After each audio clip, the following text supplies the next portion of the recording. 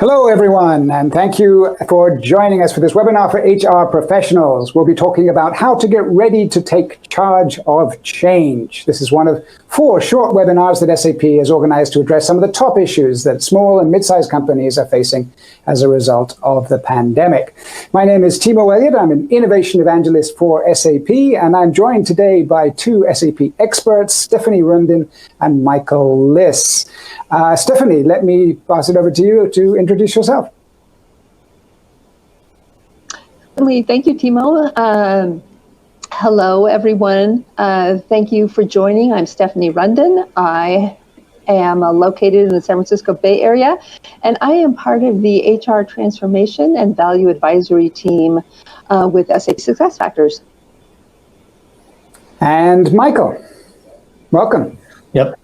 Hi, everyone. Michael Liss here from Atlanta. I am a vice president with our professional services industry business unit. Our focus is driving solutions specific for the professional service industry. And before we start, just a brief bit of research that we're working on right now with Oxford Economics with HR professionals in small and mid-sized companies. And you can see very clearly here that one of the top concerns is employee experience. And further down, we see flexible work arrangements also scoring fairly high.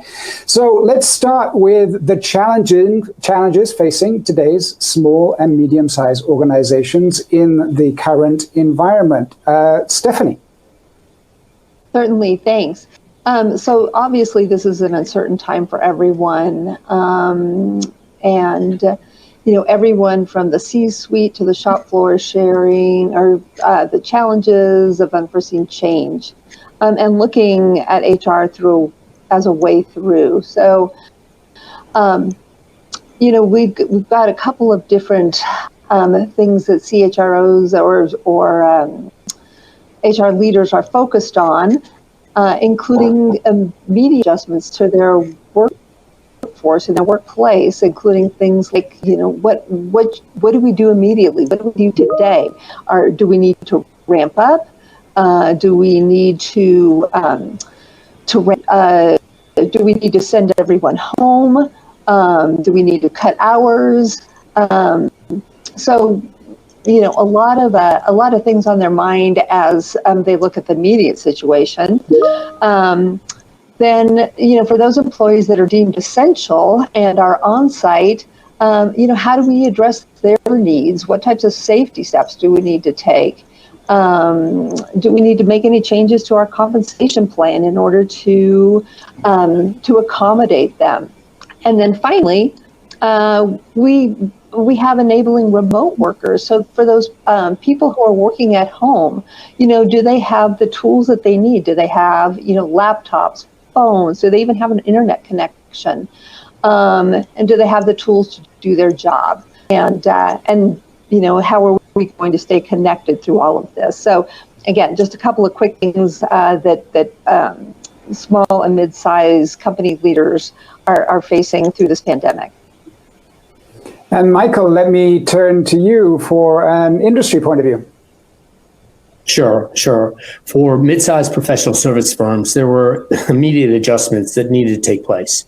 Overall, in the past, you can imagine, most firms travel to client sites to deliver services to their clients. That ended overnight. For immediate adjustments, firms needed to quickly find ways to still deliver services even though they couldn't be there in person. Now, lucky for this industry, most firms are pretty skilled with conferencing tools such as Skype or WebEx or Zoom, and have been able to find alternative ways to deliver those services to their clients. So the impact, for the most part, is minimized. However, there's a bigger impact for firms that are delivering services to industries that are, greatly hit by this pandemic. So industries such as transportation, hospitality, fashion, retail, if you were doing consulting work in those industries, then you got a problem. Those people are no longer kind of needed at those clients. They're trying to struggle to survive. And so it's very important to look, hey, how do we deploy those resources to other types of engagements? Thank you, Michael. And there's some more research from SAP and Oxford Economics. Stephanie, what jumps out to you when you see these figures? Well, I think it's really interesting that 60% of business leaders see that flexible work arrangements are important and important for the employee experience. But at this point, only 29% have increased or added flexible work policies. So, the dilemma here is that business leaders were just not ready for the sort of the onslaught of remote workers. So let's get to the core of today's webinar. We talked about the current issues, but of course, what people really care about is what they can do differently, how they can take charge of change. So, Stephanie, what is the advice that you would give to organizations to weather the current storm? Sure. So, obviously people must in any business, and especially now, when maintaining order and continuity are critical to both the survival and success of your business. So HR and business leaders are recreating the way business works in real time and responding to an unprecedented time of change. They're looking into their workforces to best understand, available resources, and then match them to immediate needs. And they're evaluating how employees are doing, listening to their feedback, and responding to their concerns. So first and foremost, the business needs skilled people in the most critical roles right now. So it needs not only your best insight, but your clear foresight. And this requires you to sort of look closely at your entire team so that you can connect the current needs with your current talent, and then address any changes that have to be made. So whether, again, as Michael alluded to earlier, whether that's quickly staffing up, staffing down, or redeploying your talent to fit your business's rapidly changing needs. So. And then second, during times of disruption, adapting quickly is critical to creating consistency for both employees and the business. And it begins with listening. So frequently checking in to see how everyone is doing, and if there's anything that they need, and providing the latest information on health and well-being, recommendations on new time off, on benefits, on pay, etc. And then from there, then it really is adapting your policies and programs to, for example, make payroll more versatile, make performance management more flexible, and really create the consistency it takes to restart and sustain momentum. Thank you, Stephanie. And Michael, again, what is the kind of advice that you're giving to the companies that you're working with? Yep. For a professional service firm, you can imagine one of the most important things is, as Stephanie said, listen to your employees and find out how are they doing. Asking that question, because now they are remote. This is a very stressful time, very uncertain for everyone. And so what we've seen at SAP is we've actually offered up our Qualtrics Employee Pulse survey for free to customers. We had 7,600 firms take advantage of it. So it's a way to automatically gauge, hey, how are people feeling? Make sure that they are productive. If they need extra help, that you get it to them as quickly as possible. That's clearly a key part. When we talk about weathering the storm, my wife is a lawyer with a small real estate firm here in Atlanta. And so, real estate closings are considered an essential business. And what they've done in their offices is put up desks with plastic shields. So when they're doing actual real estate closings, they're able to share documents underneath that plastic divider, still wearing a mask and gloves to try to keep everyone safe.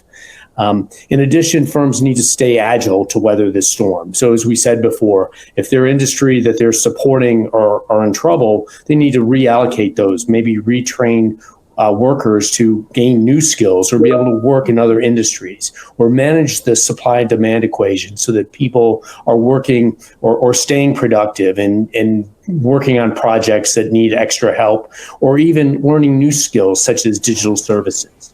So I think firms that are able to reskill their employees, they're actually going to be better in the long run because they're going to survive this crisis, and then they're going to be a position to actually deliver more services moving forward. Thank you, Michael. And that last point is an essential one because we've heard about the current problems. We now heard about what companies can do in the short term to weather the current storm. But of course, it's all about looking forward, finding out what we can do in the present to build a platform for our businesses in the years to come. So let me turn back to you, Stephanie. What is some of your advice for organizations to prepare for the future? Sure. So, a flexible and versatile workforce is truly what will help your business overcome current challenges and define your new future. And, you can do this by delivering personalized learning and development programs to upskill and cross-skill your team into the workforce that will lead you through recovery. And to do this, start with an accurate assessment of where you are now to quickly identify gaps in knowledge and skill set, and then roll out training and education that's tailored to your new reality and new priorities. And at the same time, offer meaningful one-on-one coaching. And then second, is really finding new ways to engage. So looking for new ways to collaborate, communicate, and perhaps most importantly, provide feedback. What does this look like for you in your new normal? And whether that's, engaging, via virtual meetings or, whatever type of technology you have available to you. Again, it's important to look for, what that's going to look like for your company as you go forward. And then finally, and we've touched upon this, but it really is all about listening, understanding, and taking action. Again, monitoring employee sentiment, gathering feedback, and then using that feedback to design a new normal for your workforce. And if you do these things, you'll build a stronger, more cohesive team, and you'll also build the critical skills you need to regain your momentum and to keep your business moving forward. Thank you very much, Stephanie. And Michael, what about professional services companies? What should they be doing in addition to what Stephanie has already mentioned? Yeah, no, Stephanie brought it up. Great points here. And it's really important to find better ways to engage with your clients. Now that everybody's going to be working remote, we recommend go ahead and turn on those cameras and actually engage with your clients, engage with your project team that are working on these projects. We're seeing firms do it more and more. I used to be a little more video shy, but you find that you connect better and learn new skills, as Stephanie pointed out, being able to get those skills so that if you need to work on different engagements or bring other things to bear as part of delivering professional services, you have that ability. The reality is that firms are being forced to adjust to this new normal. And if you can adjust and reskill your employees, like I said before, you're going to be much better in the long run and be able to deliver even more benefits to your customers moving forward. Thank you, Michael. Clearly, even in the middle of great disruption, there are always opportunities. Thank you for listening in. We hope you found this information valuable. It's a challenging time for all of us. SAP and our partners are ready to assist.